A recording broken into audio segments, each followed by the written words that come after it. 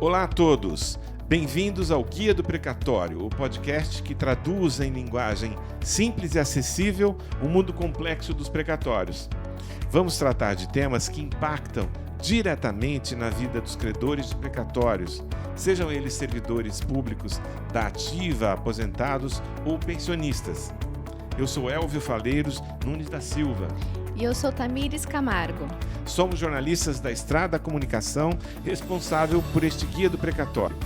O assunto hoje é a compra e venda de precatórios. Mas antes, vamos explicar para todos o que é precatório e para responder a essas e outras perguntas que a gente vai fazer daqui por diante, estamos hoje com os advogados Messias Faleiros e Luiz Renato Avezum, especialistas em precatórios alimentares. Messias Faleiros é diretor executivo da Advocacia Sandoval Filho e membro da Comissão de Precatórios da OAB São Paulo. Olá, doutor Messias, como vai? Tudo bem, Elvio? Tudo ótimo. Nosso outro convidado é o doutor Luiz Renato Avezum, também titular da Advocacia Sandoval Filho. Olá, doutor Avezum, tudo bem? Boa tarde, Elvio. Tudo bem? Entrando diretamente no assunto, e antes da gente fazer perguntas mais especificamente sobre o foco do nosso programa hoje, a gente queria fazer a pergunta básica, quer dizer, o que é um precatório? Bom, Elvio, vou tentar explicar de uma forma bem didática. O precatório é uma das formas pelas quais o Estado ou o poder público faz o pagamento da sua dívida. Normalmente o poder público faz o pagamento de duas formas, ou por precatório ou por RPV, que é o requisitório de pequeno valor. Certo. Então, basicamente é isso. Tem um conceito mais amplo, mas basicamente é isso. É a forma como o Estado faz o pagamento das suas dívidas. Certo. E como é que se transforma, como é que um processo se transforma num precatório, quer dizer? Inicialmente é necessário uma ação judicial para que seja reconhecido o direito daquele credor, muitas vezes nossos clientes, servidores públicos, ajuizam a ação pleiteando algum direito que o Estado lhe lesou, reconhecido judicialmente, tem uma fase de execução e posteriormente é expedido um precatório dependendo do valor que for apurado em fase de execução. Quer dizer que o precatório ele acontece depois do trânsito, depois da finalização da ação, não é isso? Exato. A gente tem que dividir o processo em duas fases. A fase de conhecimento, que é onde se reconhece o direito, e a fase de execução, que é onde vai se apurar o valor devido. E aí nessa apuração de valor devido pode ser tanto o RPV quanto o precatório, dependendo do montante do valor. E essencialmente a diferença de RPV para o precatório é o valor. O valor, exatamente. A questão para se saber se é RPV ou precatório é a questão do valor. O que muda posteriormente a isso é a forma de pagamento, né? O RPV hoje é pago em 60 dias e o precatório é pago em tese até o último dia útil do ano seguinte da sua expedição. Certo, perfeito. E como que são feitos esses pagamentos, né? Tem uma lei que rege, que dá diretrizes de como esses pagamentos têm que ser feitos. Como funciona isso? Então, as requisições de pequeno valor, ela teve a redução do teto, né, para o pagamento. Até dia 7 de outubro, o teto aqui no estado de São Paulo era de R$30 mil. Então, o credor que tinha um valor abaixo disso recebia por meio da requisição de pequeno valor. Agora, com a redução, esse valor passou a ser de R$11.600. Então, o credor que tem um valor acima disso vai receber por precatório. E o precatório, como a gente sabe, no estado de São Paulo, ele está com atraso de 17 anos. Nossa. Né? Nossa. O Estado está pagando hoje, infelizmente, o orçamento ou aquilo que deveria ter sido pago no ano de 2002. Uma situação bastante complicada, Sim. né? Principalmente para os credores que não possuem direito à prioridade. Né? O precatório ele é pago pela ordem cronológica, pelo critério de ordem cronológica, e a exceção à ordem cronológica é a requisição de pequeno valor e os credores tidos como prioritários, que são aqueles maiores de 60 anos, portadores de doença grave e de deficiência física. E, doutor Messias, em relação aos credores prioritários, os pagamentos estão em dia? Como é que está? No estado de São Paulo, né, o pagamento está praticamente em dia, né? O que nós temos, a informação obtida junto ao Tribunal de Justiça, que é o gestor, né, da dívida, de que até final de dezembro o orçamento de 2019 estará quitado para os credores prioritários, né? Agora, os não prioritários, digamos assim, têm como alternativa apenas o acordo judicial, que pode ser feito diretamente com o próprio devedor, né? E nesse caso, ele é obrigado a conceder um desconto de 40%, né, sobre o valor do crédito. Certo. E também a questão um tema talvez mais importante aqui dessa nossa edição, é a respeito da compra e venda de precatórios, que é uma coisa bastante perturbadora dentro do processo judicial, né? Porque o credor tem a sua ação já vencida, está em vias de receber e surgem empresas, e nem sempre muito escrupulosas, que querem comprar esses créditos. O senhor podia explicar em que pé está esse tipo de iniciativa, de coisa? Então, isso tem sido um problema bastante grave que todos os advogados vêm enfrentando hoje, porque os compradores de precatórios muitas vezes não informam corretamente o credor sobre o montante real que ele tem direito a receber. Então, muitas vezes dizem que terá desconto de imposto de renda, ou muitas vezes até informam que o crédito é de um valor, só que é o valor de face do precatório, não atualiza o crédito para os dias atuais. Então, muitas vezes, o credor que não busca informação direto com o seu advogado, o advogado que patrocinou a ação, está sujeito a realizar um mau negócio. E como é que surgiu essa prática? Essa questão da compra e venda de precatórios, ela surgiu basicamente depois da entrada em vigor da Emenda Constitucional 62 de 2009. As emendas constitucionais que tratam de precatório, elas foram concedendo moratórias. Então, por exemplo, a Emenda 30 concedeu 10 anos de prazo para pagamento. Veio a Emenda 62, concedeu mais 15 anos de pagamento. Isso trouxe uma desilusão para o credor. Sem dúvida. Que tinha esperança de que receberia o crédito, e sempre o poder público, através de emenda constitucional, jogando para frente esse pagamento. Então, essa prática, um dos motivos foi esse, porque o credor, desiludido de receber, passava a receber propostas de empresas compradoras ou até mesmo pessoas físicas que compram, e pensavam, se a previsão de receber ela não existe, ou se é daqui a 15 anos, eu prefiro vender meu crédito do que receber sabe-se lá quando. E esse foi um dos motivos que fundamentou essa compra e venda de precatórios. Como o Dr. Messias disse agora há pouco, o problema da compra e venda de precatório é que muitas vezes essas empresas não trazem a informação correta. Trazem valores que não existem, valores irrisórios, e pagam valores irrisórios ao credor originário. Então, é uma prática muito ruim para o credor originário. Mas não é uma prática ilegal. Não é ilegal. Tem previsão, inclusive, na Constituição Federal. Pode ser feita a compra e venda, mas essa compra e venda precisa ter um mínimo de razoabilidade, né?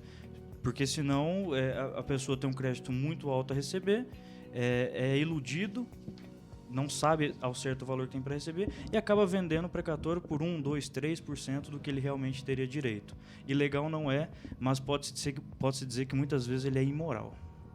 Agora, acontece também que alguns credores que fazem esses acordos tão contrários aos interesses deles, eles se arrependem e depois tentam reverter esse quadro. A gente soube que há casos em que os tribunais concederam e anularam essa compra e venda. Quando que isso acontece? Se isso acontece sempre, ou se é fácil reverter essa situação ou não? É possível anular o negócio jurídico. Todo negócio jurídico que é feito, contrato, ele pode ser anulado. O problema de se anular um negócio jurídico de compra e venda de precatório é que demanda prova. Então ele precisa, o credor originário que vendeu o crédito e foi iludido, foi ludibriado pelo cessionário, pelo comprador, ele precisa ter provas, seja por documento, seja uma gravação de ligação, seja e-mail, correspondência que a cessionária informou para ele uma informação que não existia. Se tivesse o documento, o fundamento para uma ação de anulação do negócio jurídico, ela existe. O fundamento existe. Aí vai ter que levar para o Poder Judiciário. Quanto maior a documentação presente, maior a chance de você anular o negócio jurídico e receber de volta aquele valor aquele precatório, você retornar ao seu patrimônio. Mas muitas vezes os credores não conseguem reverter essa decisão também, né? Muitas vezes não conseguem, principalmente pelo fato de não ter essa documentação. Precisa ter a prova, precisa ser comprovado o vício de consentimento, precisa ser comprovado que ele foi ludibriado, que, na verdade, quando o comprador informou para ele que ele tinha X para receber e, na verdade, não era aquele valor. Enfim, ultimamente nós temos visto decisões do Poder Judiciário aqui no Estado de São Paulo que, mesmo comprovando que o valor pago é irrisório, o credor não conseguiu reverter a compra, então, o contrato de compra e venda. Ele não conseguiu porque não estava comprovado o vício de consentimento. Por isso que é extremamente importante que o credor procure o seu advogado, porque é o advogado que patrocinou a causa que tem todos os elementos que vão dar segurança para que ele realize um bom negócio, se o caso for realmente de vendê-lo, né? De vender e o as crédito. situações que a gente ficou sabendo que é muito flagrante a prática ilegal e antiética por parte desses compradores, né? São compradores que usam artifícios absurdos, que se passam como advogados de outras pessoas, como outros advogados que eles não são. Enfim, praticamente uma ação próxima a estelionato, se não for. É bem isso, Elvio. E há pouco tempo, eu e o Dr. Messias conversando sobre isso, o artigo que prevê a anulação do negócio jurídico é o artigo 171 do Código Civil. O estelionato. O 171 do Código Penal, por coincidência, é estelionato. Então, realmente, tem muitas práticas aí feitas pelos cessionários que realmente, se não se enquadram, estão muito perto de ser estelionato. E há empresas, e há também situações há empresas grandes, empresas idôneas que atuam nesse mercado também. Quer dizer, inclusive grandes instituições financeiras. Como é que vocês comentam sobre isso? O mercado está aquecido, né? Então, a procura por precatório tem só aumentado, né? O que demonstra que serve para a gente de indicativo de que é algo que, se não é se tem um valor elevado, com certeza vai ter. Por quê? Há o interesse, né, das grandes corporações, de bancos, em adquirir esses créditos, que, na nossa opinião, é de que a única razão é que esses créditos serão pagos. Né? Mais dia, menos dia, eles com serão certeza pagos. Serão pagos. Isso só reforça o nosso entendimento de que o que está previsto na Constituição Federal hoje que a dívida dos devedores deverá ser paga até dezembro de 2024. A questão, Elvio, da legalidade da compra e venda, como eu disse, ela não é ilegal. O único problema, que é o principal, é que são passadas informações inverídicas para o credor originário. Sim. Se o credor originário estiver munido das informações corretas, totalmente precisas, e mesmo assim ele optar por fazer a venda, quanto a isso não tem nada de ilegal. O problema é que, pela prática nossa, o que a gente vê em muitos processos, não é isso que acontece. São passadas informações inverídicas, muitas vezes não tem nada documentado, é tudo por telefone. Isso dificulta você comprovar futuramente um vício de consentimento, porque pelo telefone ou você grava ou você perde. Certo. Depois então, você não consegue anular, né, o contrato. Claro. Ilegal, então, não é. O problema é a questão da moralidade, como essas cessionárias fazem essa compra. Muitas vezes ludibriando o cliente, passando informações inverídicas, e isso lesa só o cliente. E além do advogado originário, claro. Bom, eu queria fazer uma pergunta para vocês, aí pode ser o Dr. Messias ou o Dr. Avezum, que é o seguinte: precatório é um bom negócio para quem? Então, ultimamente a gente tem visto que o precatório tem sido um bom negócio para quem está comprando, né? Porque ele geralmente, o comprador oferece no máximo 10% do valor do crédito e, em seguida, após comprar o crédito do cliente, do credor, melhor dizendo, ele vai ao poder público realiza o acordo judicial com o crédito, o valor, sendo possuidor do valor total do precatório, ele vai negociar com o Estado e vende aquilo que ele comprou por 10, ele vende por 60. Então é algo assim que é vantajoso para quem está comprando hoje. O credor, em tese, sempre sai perdendo. Ainda que ele vai vender o precatório, mas não é favorável. Nessa situação, a perda é inegável, né? Então compensa mais o credor avaliar se não seria o caso de realizar a venda ou a venda do precatório para o próprio credor. Como é que isso acontece, doutor Messias, essa negociação com o Estado? Então, essa negociação foi possível após a emenda 99, né? Então, isso desde dezembro de 2017, isso foi regulamentado. É recente. Então, qualquer detentor de um título, detentor do precatório, de um precatório, pode realizar o acordo judicial com o Estado ou com qualquer ente devedor e na negociação o valor do deságio é fixo. É um valor, um percentual de 40%. Comparativamente à venda do precatório, com certeza, pelo que a gente vê na prática, com certeza é mais vantajoso ao cliente fazer o acordo, porque ele vai dar um deságio de 40% ao invés de vender para uma cessionária por 10%. Então, ou seja, é melhor dar um deságio de 40% nessa situação de urgência, em que a pessoa realmente necessite do crédito, dar um deságio de 40% do que dar um deságio de 90%. Com certeza. Ao invés de receber 10% do crédito, ele vai receber 60% do crédito. Sim. E em termos de prazo, quer dizer, o acordo ele sai mais rápido? E como é que acontece isso? Mais ou menos, para ter uma ideia do que... A Procuradoria-Geral do Estado de São Paulo, ela regulamentou o procedimento para a realização do acordo. Pelo que a gente tem visto na prática, em torno de 6 meses a 1 ano entre o pedido de realização de acordo até o efetivo levantamento do valor e repasse ao cliente. Relativamente rápido, né? Relativamente rápido. E esse prazo ele tem se encurtado tendo em vista a maior agilidade do andamento do processo hoje na UPFAS, que é a Unidade de Processamento das Execuções contra a Fazenda Pública, antigo setor de execuções. A UPFAS hoje, a tramitação já está muito mais rápida. Desde o começo do ano, ela melhorou bastante. E esse prazo de 6 meses a 1 ano, ele, pelo que a gente espera, ele vai diminuir ainda mais. Certo. Então, tá se relativamente rápido o recebimento do crédito na realização do acordo. E como um credor pode...